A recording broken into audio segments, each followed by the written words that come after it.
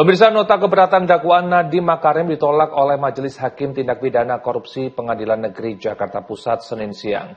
Ditolaknya putusan setelah keberatan tersebut, maka sidang kasus Nadiem Makarim dilanjutkan ke tahap berikutnya.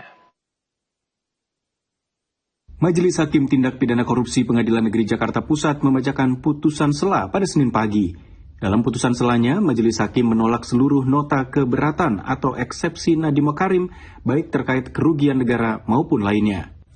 Dengan putusan sela Majelis Hakim tersebut, maka persidangan kasus korupsi program digitalisasi pendidikan berupa pengadaan laptop Chromebook di lingkungan Kemendikbud Ristek tahun 2019 hingga 2022 berlanjut pada tahap berikutnya. Mengingat pasal 75, pasal 206 ayat 1 dan pasal 361 huruf D Undang-Undang Nomor 20 Tahun 2025 tentang Kitab Undang-Undang Hukum Acara Pidana serta peraturan perundangan lainnya yang bersangkutan. Mengadili 1. Menyatakan eksepsi atau perlawanan terdakwa dan penasihat hukumnya tidak dapat diterima. 2. Menyatakan surat dakwaan penuntut umum nomor register perkara PDS datar 79-M.1-FT.1-11-11/2025 tanggal 5 Desember 2025 adalah sah menurut hukum. 3. Memerintahkan pemeriksaan perkara terhadap terdakwa Nadiem Anwar Makarim dilanjutkan.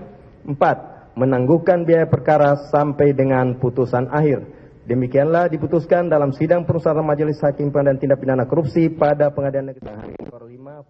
Usai sidang, kuasa hukum Nadiem menghargai putusan sela tersebut, namun meminta agar hasil audit dari BPK dibuka sebelum persidangan berikutnya dilanjutkan.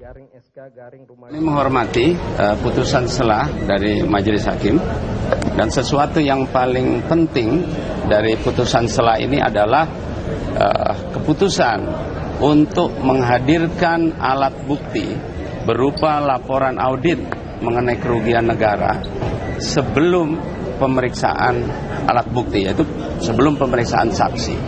Kenapa ini menjadi penting? Karena sebelum-sebelumnya perhitungan kerugian negara ini tidak pernah bisa diuji, ya, karena diberikan pada saat tahap akhir persidangan.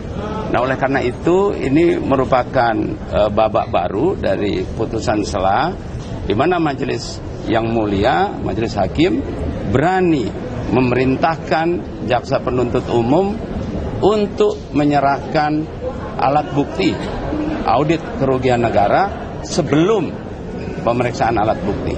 Nah, dengan demikian proses persidangan akan dapat dilaksanakan secara fair, karena semua yang tertulis di dalam laporan perhitungan kerugian negara dapat diuji dari sejak awal.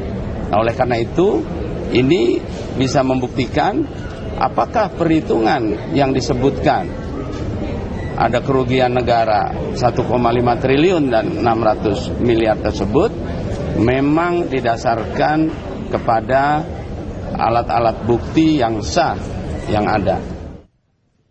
Persidangan sendiri akan dilanjutkan Senin depan dengan agenda pemeriksaan saksi-saksi.